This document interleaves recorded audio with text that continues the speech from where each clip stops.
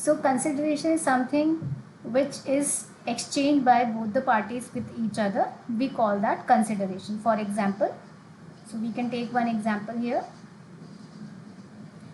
Say for example, there is this A and then there is B, and A is buying raw material from B.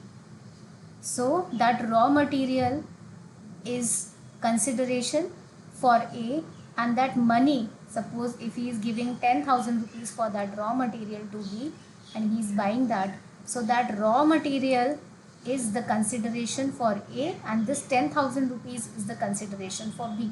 So this is something, or this is the subject matter which the parties are exchanging. We call that consideration.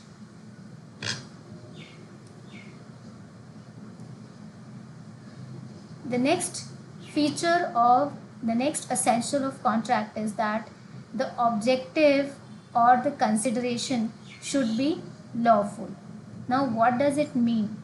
That the objective means the purpose. We call that the purpose, and consideration we have just talked about. So in order to make a contract, your objective or the purpose of that contract should be what? It should be lawful, it should be valid, and the consideration or the subject matter which you are exchanging with each other, that should also be what? It should also be lawful, or it should also be valid. So in order to understand this particular point, we will take one example here. For example, your objective should be lawful. For example, there is again we denote two people here, and this A is giving say for example some amount of money to B. For example, he is giving 1 lakh rupees to B, and he is saying that you keep this amount of money and you kill someone, or you cause some harm to some damage to someone, cause some harm to someone, and I will give you 1 lakh rupees. So is there the objective lawful here? Obviously it is not. The objective is not valid, which is the objective of A. Why he is giving 1 lakh rupees to B? That is in order to put some or cause some damage to some third party. So objective is not lawful here. So obviously you cannot make the contract here. Here in this example, A and B cannot make a contract. They can make an agreement, but they cannot make a contract.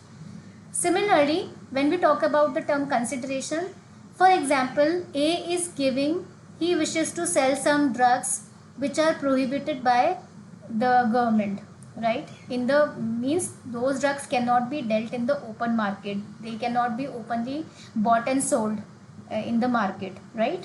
So you need a special permission in order to buy or sell that.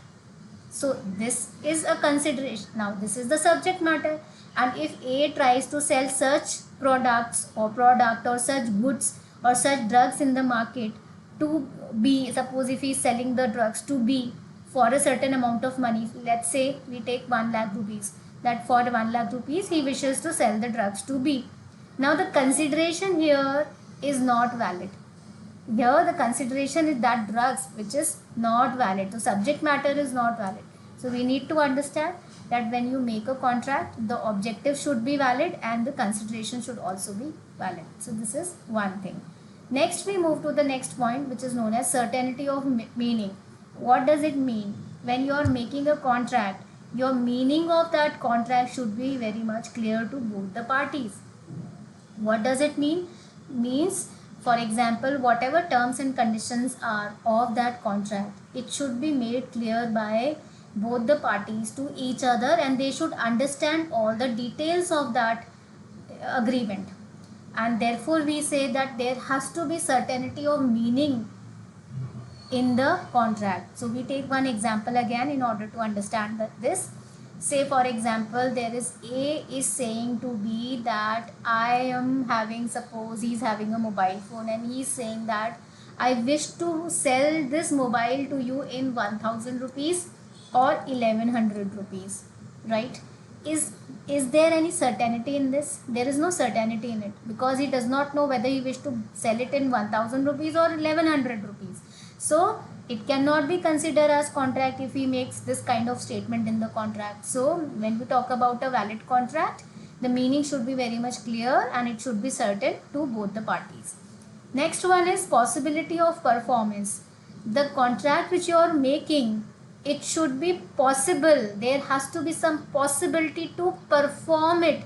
If you cannot perform that agreement, it cannot be considered as contract, right? So we take again one example. Suppose A says to B that you give me some amount of money and I will find some kind of treasure for you. So I will do some magic trick, and out of that magic trick I will find some treasure and I will give that treasure.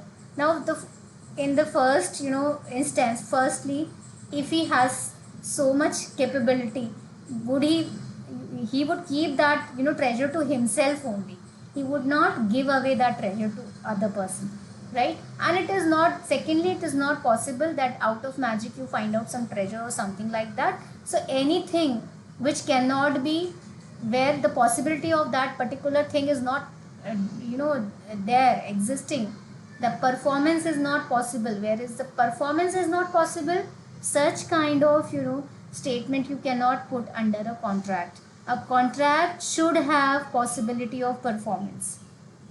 If it by taking this example, I think the things are much clearer, that the performance of the contract should be there. The possibility of performance should be there. If it is not, then we cannot consider that agreement into a contract. It will remain as an agreement only. So this is there. Other one is, agreement should not be declared void. Now what is the meaning of void?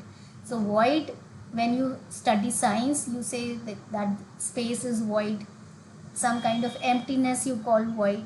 But when we study law, we say void means when there is no enforceability, when there is no legality, when there is no lawfulness, when there is no validity.